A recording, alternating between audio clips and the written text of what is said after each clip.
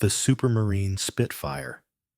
Few aircraft in history carry such weight in the collective memory of a nation. Graceful, deadly, symbolic of defiance. But between the legend and the reality lies a more complex story, one written in the contrails over France, in the desperate scrambles over the Channel, and in the candid assessments of the men who flew against it. By 1941, the Spitfire had earned its reputation defending British skies during the Battle of Britain. But as the war evolved, so did the enemy. And for a brief, dangerous period, the hunters became the hunted. This is the story of how German pilots came to view certain Spitfire variants as prey rather than predator, and how one aircraft, the Spitfire Mark IX, would completely reverse that deadly equation over the skies of occupied France. September 1940. The Battle of Britain reaches its crescendo. RAF Fighter Command, equipped primarily with Spitfire Mark I and Mark II variants, alongside the rugged Hurricane, successfully defends British airspace against the Luftwaffe's massed formations. The Spitfire's elliptical wings become a symbol of resistance, its Merlin engine a song of defiance. But victory in the Battle of Britain masks a growing problem. The Spitfire Mark V, introduced in early 1941, represents an evolutionary rather than revolutionary step forward. Equipped with the Merlin 45 engine producing approximately 1,470 horsepower, it offers improved performance over its predecessors. Initially, it dominates the skies. However, across the Channel, German engineers are not idle. In the summer of 1941, a new threat emerges from Messerschmitt's factories, the Focke-Wulf Fw 190. This radial engine fighter represents a quantum leap in German fighter design. Powered by a BMW 801 engine, the Fw 190 is faster, more heavily armed, and more maneuverable at lower altitudes than anything the RAF currently flies. When the Fw 190 enters combat over France in September 1941, RAF pilots are shocked. The aircraft they encounter is brutally effective. It can outdive, outroll, and outclimb the Spitfire Mark V at crucial altitudes. German pilots, initially cautious, quickly realize they possess a significant advantage. Luftwaffe Ace Joseph Pips Priller would later describe the Fw 190 as a pilot's dream. Unlike the temperamental Bf 109, the Fw 190 is stable, powerful, and forgiving. More importantly, when facing Spitfire Mark Vs over France, German pilots find they can engage or disengage at will. The statistics tell a grim story. In 1941 and early 1942, RAF Fighter Command launches increasingly aggressive offensive operations over occupied France, operations codenamed Circus and Rhubarb. The objective is to draw German fighters into combat and maintain pressure on the Luftwaffe. But the arrival of the Fw 190 turns these operations into costly affairs. RAF squadrons begin reporting disturbing encounters. Spitfire pilots describe being bounced from above by fighters that appear suddenly, strike with devastating effect, and vanish before effective counterattack is possible. The Fw 190's 420mm cannons and 2 machine guns deliver firepower that can shred a Spitfire in seconds. By early 1942, German pilots are expressing what would have been unthinkable a year earlier: confidence, even contempt, when facing Spitfire Mark versus Luftwaffe. Veterans describe tactics specifically designed to exploit the Spitfire V's weaknesses. They engage at altitudes where the FW-1908's superiority is most pronounced, typically between 15,000 and 20,000 feet. They use superior roll rate to evade when Spitfires attempt to engage, then counterattack when the British pilots are most vulnerable. The psychological impact on RAF squadrons is significant. Pilots who once felt invincible now fly with growing apprehension. Combat reports increasingly describe German fighters that seem to operate with impunity, choosing when and where to fight. The Spitfire, the aircraft that saved Britain, is being systematically outclassed. In London, Air Ministry officials face an uncomfortable truth. The RAF's premier fighter is no longer supreme. Worse, there is no immediate solution. The Spitfire Mark VI, equipped with a pressurized cockpit for high-altitude operations, proves unsuitable for the low and medium-altitude combat over France. The Mark VII, still in development, will not arrive in time. Fighter command's losses mount. In the first 6 months of 1942, the casualty rates over France alarm senior commanders. For every German aircraft destroyed, the RAF loses 2 or more fighters. These are unsustainable numbers. The offensive operations that were meant to pressure the Luftwaffe are instead bleeding fighter command of experienced pilots and precious aircraft. German propaganda seizes the opportunity. Luftwaffe pilots are lionized in newsreels. The FW-190 is presented as evidence of German technological superiority. For the British public, still celebrating the victory of 1940, the reality of 1942 comes as a shock. Something must be done. The Spitfire's dominance, won through blood over Britain, is slipping away over France.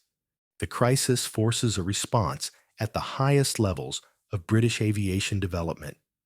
At Rolls-Royce, engineers already understand the problem.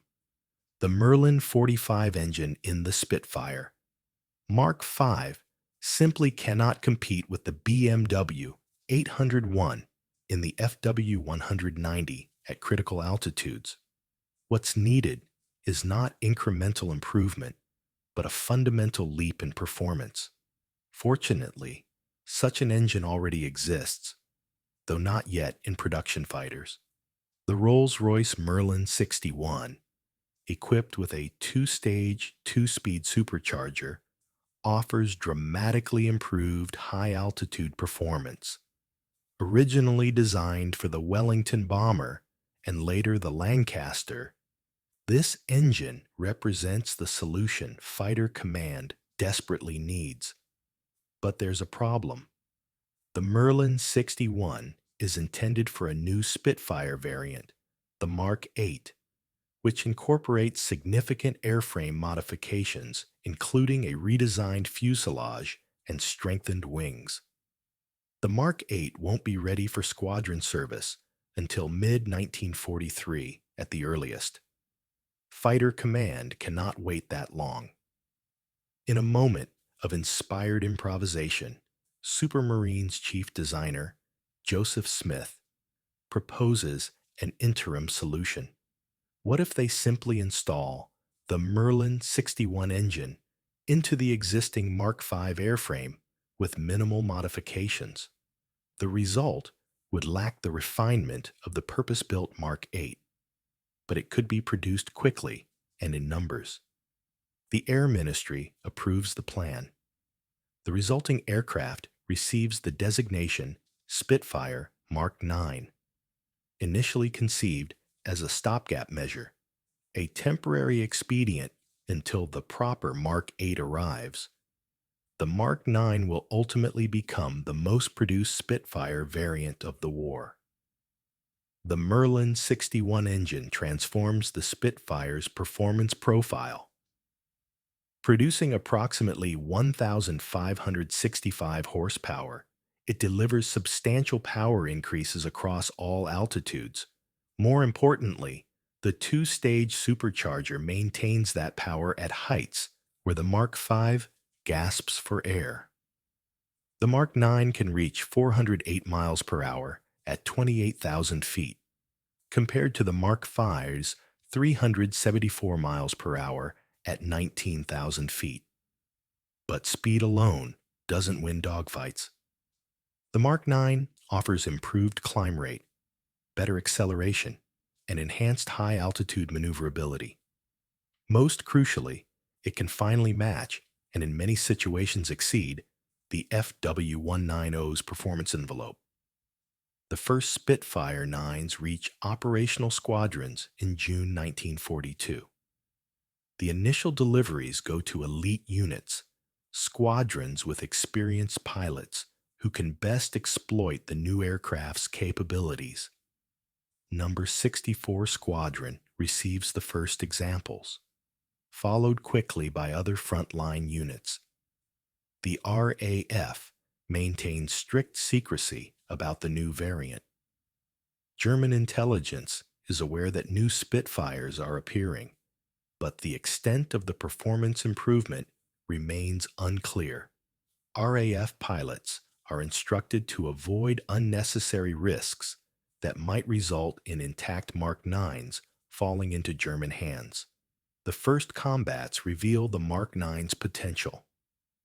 RAF pilots discover they can finally engage FW-190s on equal or better terms, particularly at medium and high altitudes. The psychological effect is immediate and profound. Pilots who have spent months feeling outclassed suddenly find themselves competitive again. German pilots, encountering the Mark IX for the first time, initially assume they're facing standard Mark Vs. The shock when these Spitfires match or exceed their performance is considerable. Luftwaffe combat reports begin noting faster, more aggressive Spitfires that can sustain combat at altitudes where Mark Vs should be struggling. However, the Mark IX is not without limitations. At very low altitudes, the FW-190 retains advantages in roll rate and dive acceleration. The Mark IX's two-stage supercharger, while devastating at height, adds weight that affects handling characteristics. Experienced German pilots learn to force combat into the vertical plane at low level, where they can still exploit advantages. Moreover, not all Mark IXs are equal. Early production variants, designated LF Mark IX, are optimized for low and medium altitude combat. These aircraft sacrifice some high-altitude performance for better characteristics below 20,000 feet. Later, high-altitude versions designated HF Mark IX appear for specialized roles. The standard F Mark IX offers balanced performance across the altitude spectrum. By late summer 1942, substantial numbers of Mark IXs are operational with fighter command.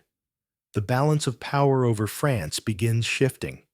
German formations that once hunted Spitfires with impunity now face genuine opposition. Luftwaffe casualties increase, while RAF losses decline. The transformation doesn't happen overnight.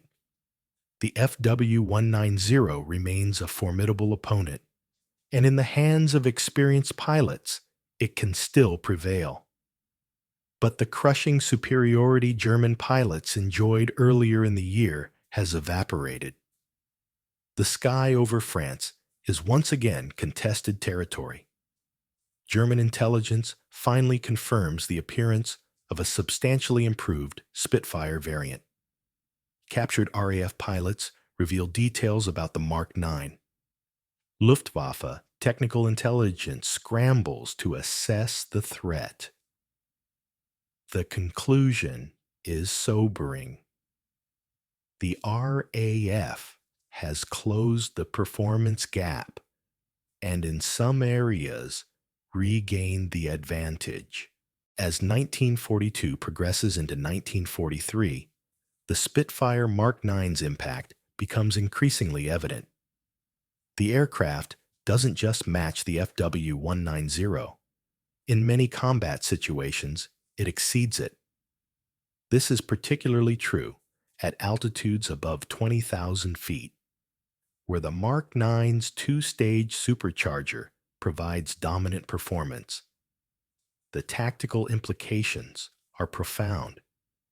RAF Fighter Command can now execute offensive operations over France with reasonable expectation of air superiority. The circus operations, which had become bloodbaths in early 1942, transform into genuine offensive sweeps. German fighters can no longer engage at will. They must carefully calculate risk versus reward. More importantly, the Mark IX's arrival coincides with increasing demands on the Luftwaffe. As the war expands on multiple fronts, Germany must deploy fighter units to the Mediterranean, Russia, and increasingly to home defense against Allied bombing campaigns. The concentrated fighter strength that made 1942 so costly for Fighter Command begins to dissipate. Over France, the dynamics of air combat shift fundamentally. RAF pilots, flying Mark IXs, develop tactics that exploit their aircraft's strengths. They engage at medium to high altitude where the Merlin 61 delivers maximum advantage. They use superior climb rate to gain altitude advantage before engaging. When FW-190s attempt to dive away, Mark IX pilots can follow, maintaining pressure through the descent. German pilots adapt, but their options narrow. The carefree aggression of early 1942 gives way to more cautious tactics. Luftwaffe formations begin avoiding combat unless conditions heavily favor them. When they do engage, German pilots must work harder for victories that came more easily months before. Individual combat accounts illustrate the reversal. RAF pilots describe stalking FW-190 formations, pouncing from altitude advantage, and pressing attacks that would have been suicidal in a Mark V. German pilots report frustrating encounters where Spitfires match every maneuver, where the altitude and speed advantages they relied upon have vanished. The statistical evidence is unambiguous. RAF loss rates over France declined through late 1942 and into 1943. Meanwhile, Luftwaffe casualties increase. The exchange ratio that favored Germany so dramatically reverses. By mid-1943, Fighter Command is destroying more German fighters than it loses. The psychological transformation within RAF squadrons is equally significant. Pilot morale, which had suffered during the dark days of early 1942, rebounds. The Spitfire's mystique, tarnished by the FW-190's dominance, is restored. Young pilots arriving at operational squadrons hear tales of the Mark IX's prowess, inheriting confidence rather than apprehension. On the German side, the impact is sobering. Luftwaffe pilots who grew accustomed to superiority must now acknowledge they face a competitive, often superior opponent. The easy victories are over. Every sortie over France carries increased risk. The Mark IX's success extends beyond France.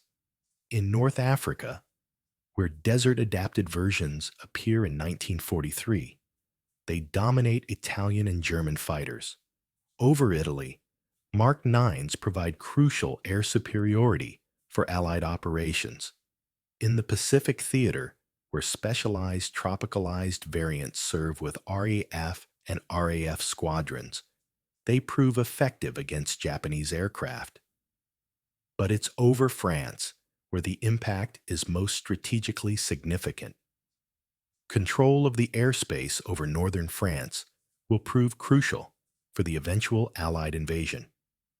The Mark IX, that hastily improvised stopgap design, plays a vital role in wresting that control from the Luftwaffe.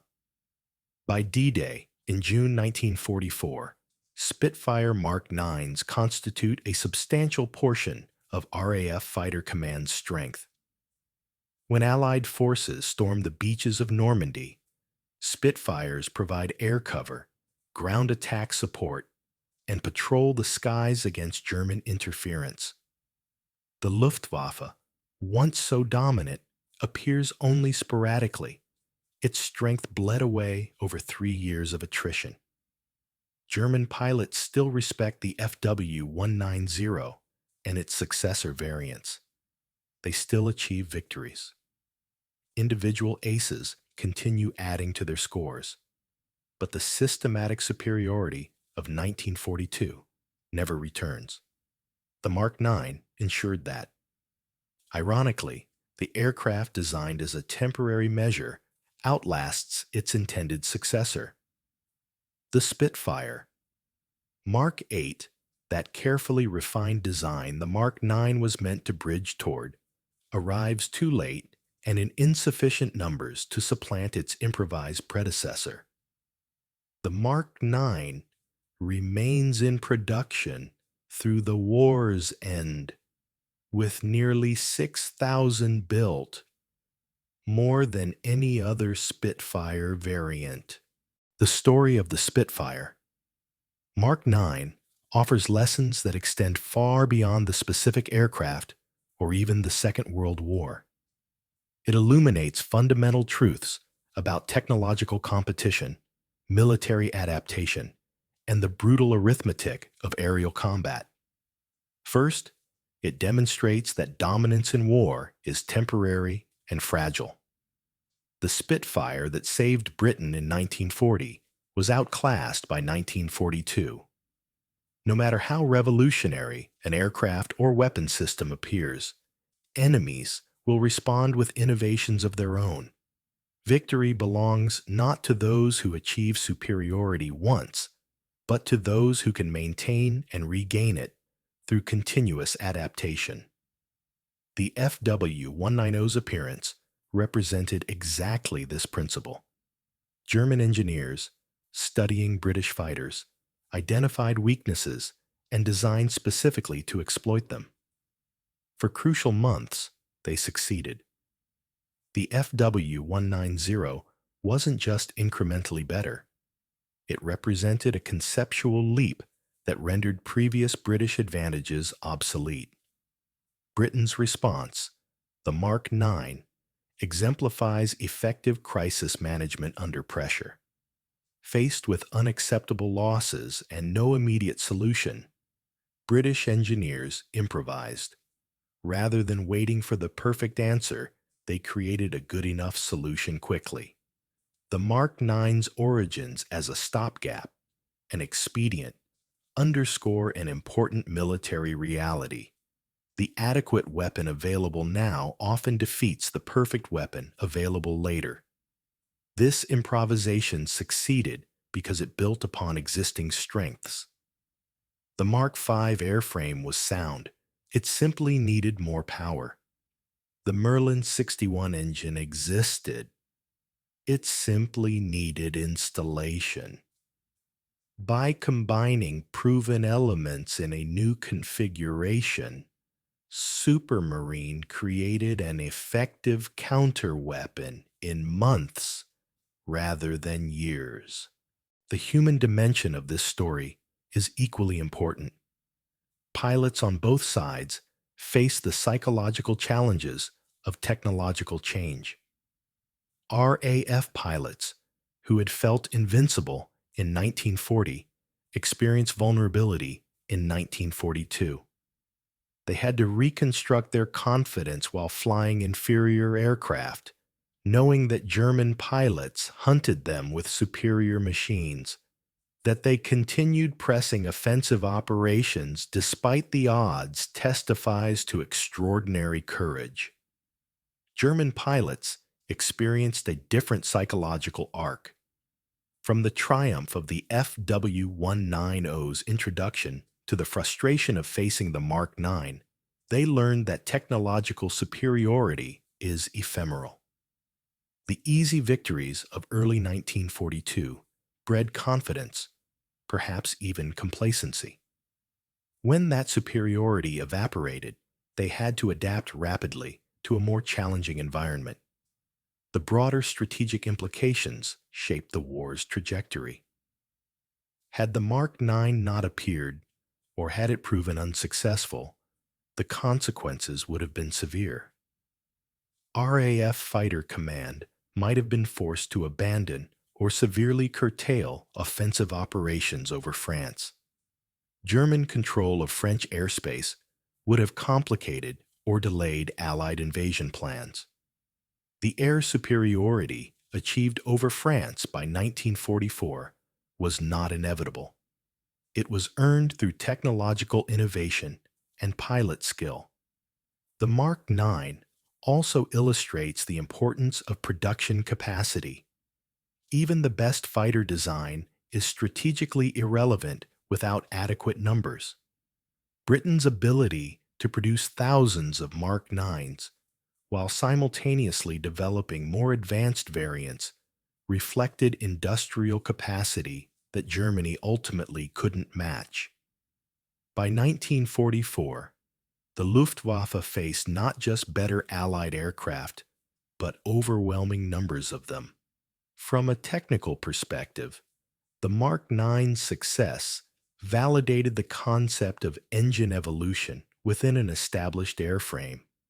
The basic Spitfire design, created in the mid-1930s, proved adaptable enough to accommodate engines producing nearly double the original horsepower. This adaptability extended the Spitfire's service life and allowed continuous performance improvements without complete redesign. However, this approach had limits. By 1944, even with powerful engines, the Spitfire's basic aerodynamic design constrained performance. Newer fighters like the Hawker Tempest and the eventual jet aircraft represented necessary evolutionary steps beyond what the Spitfire platform could achieve. The FW-190 versus Spitfire Mark IX competition also drove innovations in tactics, training, and operational procedures.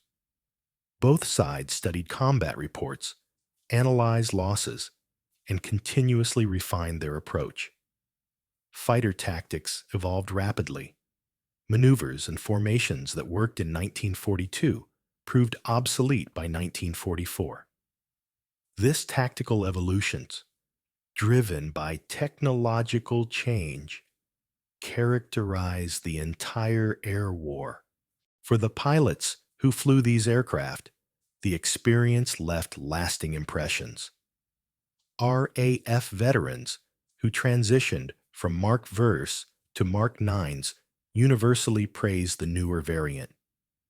They described the relief of finally having an aircraft that could compete, the return of confidence, the satisfaction of turning the tables on opponents who had recently hunted them. German pilots, in their post-war accounts, acknowledged the Mark IX's capabilities. Luftwaffe aces spoke respectfully of an opponent that eliminated their previous advantages. Some admitted that by 1943, they preferred avoiding combat with Mark IXs when possible, a remarkable reversal from their earlier eagerness to engage Spitfires. The Mark IX served long after the war ended. Many remained operational with RAF and Commonwealth Air Forces into the early 1950s. Some flew in subsidiary roles even later. Various air forces worldwide operated war surplus Mark IXs. In combat, they saw action in conflicts from Israel's War of Independence to various colonial conflicts. Today, The Spitfire Mark IX is among the most sought-after warbirds for collectors and museums. Their combination of performance, historical significance, and relative availability makes them prized possessions.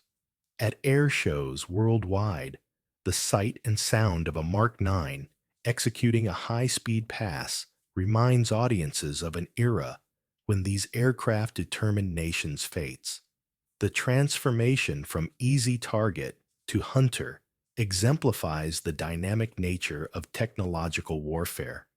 In 1942, German pilots genuinely viewed certain Spitfire variants as inferior opponents. By 1943, the appearance of the Mark IX had completely reversed that assessment. This reversal wasn't inevitable. It resulted from engineering ingenuity, industrial capacity, and the courage of pilots who flew inferior aircraft while better ones were prepared. The Spitfire's evolution from the Mark I through the Mark IX and beyond represents one of aviation history's most successful aircraft development programs. Each variant built upon predecessors' lessons while addressing emerging threats. The Mark IX, despite its improvised origins, stands as perhaps the most important of these variants, arriving at a crucial moment and delivering performance that changed the war's trajectory. In the end, the story of the Spitfire Mark IX is a story about adaptation under pressure, about turning potential defeat into victory through innovation and courage. It reminds us that in war, as in life, those who adapt survive, while those who remain static perish. The German pilots who called Spitfires easy targets learned this lesson over France in 1943. As the tables turned and the hunters became the hunted, the Mark IX didn't win the Second World War alone. No single aircraft could. But in the critical years of 1942 through 1944, when control of the skies over France hung in the balance, this improvised, expedient stopgap fighter made the difference. And in doing so, it earned its place among history's most significant military aircraft. To truly understand why the Mark IX succeeded where the Mark V failed, we must examine the technical revolution at its heart, the Rolls-Royce Merlin 61 engine and its revolutionary two-stage supercharging system. Supercharging in aircraft engines addresses a fundamental problem. As altitude increases, air becomes thinner. Thinner air means less oxygen for combustion, which means less power. By the time an aircraft reaches 20,000 feet, the air density is roughly half that at sea level. Without supercharging, engine power would drop proportionally, rendering high-altitude flight impractical for combat aircraft. The solution is forced induction, compressing incoming air before it enters the engine cylinders. A supercharger, driven by the engine itself, acts as an air compressor. The challenge is that compressing air generates heat, and hot air is less dense than cold air, partially negating the benefit. Additionally, the supercharger itself consumes engine power to operate, creating inefficiency. Early Spitfire variants used single-stage superchargers. These worked adequately, but had significant limitations. The supercharger was optimized for a specific altitude band. Below that altitude, it consumed power without providing proportional benefit. Above that altitude, it couldn't compress air sufficiently to maintain engine performance. The Merlin 45 engine in the Spitfire Mark V used a single-stage, two-speed supercharger. The two-speed designation meant it had two gear ratios, one for low-altitude operations, one for higher altitude. The pilot could manually switch between these ratios. This provided better performance across a wider altitude range than a fixed ratio supercharger, but still left significant performance gaps. The Merlin 61 changed everything with its two-stage, two-speed supercharger. Instead of one compressor, it used two in series. Air entered the first stage compressor, was compressed, and heated. It then passed through an intercooler, which reduced its temperature. The cooled, compressed air then entered the second stage compressor for additional compression. This two-stage process achieved compression ratios impossible with single-stage systems. The result was dramatic.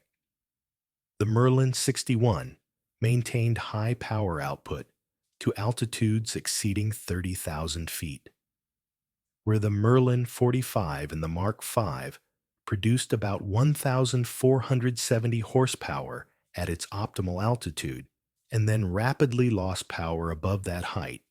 The Merlin 61 delivered 1,565 horsepower and maintained useful power output thousands of feet higher. This wasn't just about top speed. The sustained power at altitude transformed every aspect of combat performance. Climb rate at 20,000 feet improved dramatically. Acceleration in combat remained strong at heights where the Mark V struggled.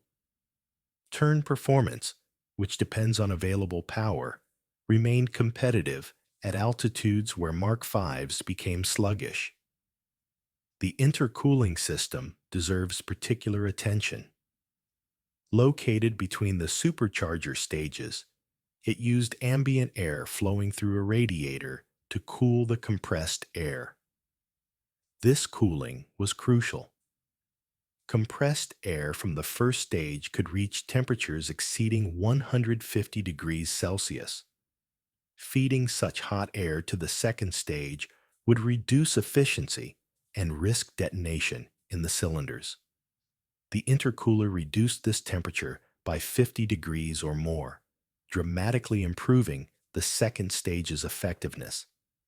Installing this sophisticated engine system into the Mark V airframe presented challenges. The Merlin 61 was physically larger than the Merlin 45. The intercooler required additional ducting and radiators. Engineers had to redesign the engine cowling to accommodate the new installation. They strengthened engine mounts to handle increased power and torques. They modified the cooling system to handle additional heat loads. Despite these modifications, Supermarine's engineers accomplished the installation remarkably quickly. The first prototype, Mark IX, flew in early 1942, just months after the decision to proceed. Production aircraft began reaching squadrons by June 1942. This rapid development timeline, achieved during wartime with limited resources, stands as a testament to British engineering capability under pressure. The Mark IX retained the Mark V's basic armament. Most carried two 20mm Hispano cannons and 4.303 caliber Browning machine guns, designated the B-wing. Some later variants mounted 420mm cannons for maximum firepower, designated the C or universal wing. The E-wing, appearing later, offered even more armament flexibility. This armament, while not revolutionary, proved effective. The 20mm cannons delivered devastating hitting power. A single cannon shell could destroy critical aircraft components or kill a pilot. The .303 machine guns, while individually less powerful, provided high rates of fire useful for ranging and for engaging lightly armored targets. Weight distribution changed with the Merlin 61 installation. The heavier engine moved the center of gravity forward. Engineers compensated by adjusting ballast and occasionally moving equipment. These changes affected handling characteristics. Pilots reported the Mark IX felt different from the Mark V, particularly in roll rate and pitch response. It required adaptation, but most pilots quickly adjusted and appreciated the trade-off for superior performance. Fuel capacity and range considerations became increasingly important as the war progressed. The Mark IX initially retained the Mark V's fuel capacity, providing similar range. However, as operations extended deeper into occupied Europe, auxiliary fuel tanks became standard. Drop tanks, carried under the fuselage or wings, extended range significantly. These could be jettisoned before combat, allowing the aircraft to fight unencumbered. The three main variants of the Mark IX addressed different operational requirements. The LF Mark IX, optimized for low and medium altitude, used the Merlin 66 engine. Its supercharger gearing favored performance below 20,000 feet, making it ideal for ground attack escort and low-level interception. The F Mark IX, the standard variant, used the Merlin 61 or 63 and offered balanced performance across all altitudes. The HF Mark IX, using the Merlin 70, was optimized for extreme high-altitude operations against German reconnaissance aircraft and high-flying bombers. This variant flexibility allowed squadrons to match aircraft to mission requirements. A squadron tasked with bomber escort to Germany might prefer F or HF variants capable of fighting at 25,000 feet or higher. A squadron providing close support for ground forces in Normandy might prefer LF variants optimized for the altitudes where ground attack missions occurred. The cockpit environment in the Mark IX reflected its evolutionary development. Unlike the pressurized Mark VI or the refined Mark VIII, the Mark IX retained the unpressurized cockpit of earlier variants. At extreme altitudes, pilots endured bitter cold and reduced oxygen. They wore heavy flight suits, oxygen masks, and often reported severe discomfort during high-altitude missions. Navigation and communication equipment improved throughout the Mark IX's production run. Early variants had basic radio equipment prone to interference and limited range. Later aircraft incorporated VHF radio sets, offering clearer communication and better range. Radio direction finding equipment helped pilots navigate in poor weather or when lost. Identification, friend or foe systems reduced the risk of friendly fire incidents. The manufacturing process for Mark IXs evolved as production ramped up. Multiple factories produced components. Castle Bromwich, a massive shadow factory built specifically for Spitfire production, became a major Mark IX producer. Workers, many of them women entering industrial jobs for the first time, assembled these complex machines under difficult wartime conditions. Despite bombing, material shortages, and labor challenges, production increased steadily throughout 1942 and 1943. Quality control presented constant challenges. Each aircraft required thousands of precise components. A single defective part could cause catastrophic failure. Inspectors checked critical systems multiple times before aircraft were accepted for service. Despite these efforts, defects occasionally slipped through, sometimes with tragic results. The ground crews maintaining Mark IXs faced demanding work. The Merlin 61's complexity, required skilled mechanics. The two-stage supercharger system needed careful maintenance. Intercoolers could become clogged or damaged, reducing performance. Fuel and oil systems required constant attention. Armament systems needed cleaning and alignment. Each aircraft required dozens of hours of maintenance for every hour flown. These mechanics, often working outdoors in terrible weather, kept the Mark IXs flying. Their contribution to the aircraft's success cannot be overstated. A perfectly designed fighter is useless if it cannot be maintained under field conditions. The Mark IX's reliability, a credit to Rolls-Royce's engineering and to the mechanic's skill, gave it a significant advantage over some more advanced but temperamental designs.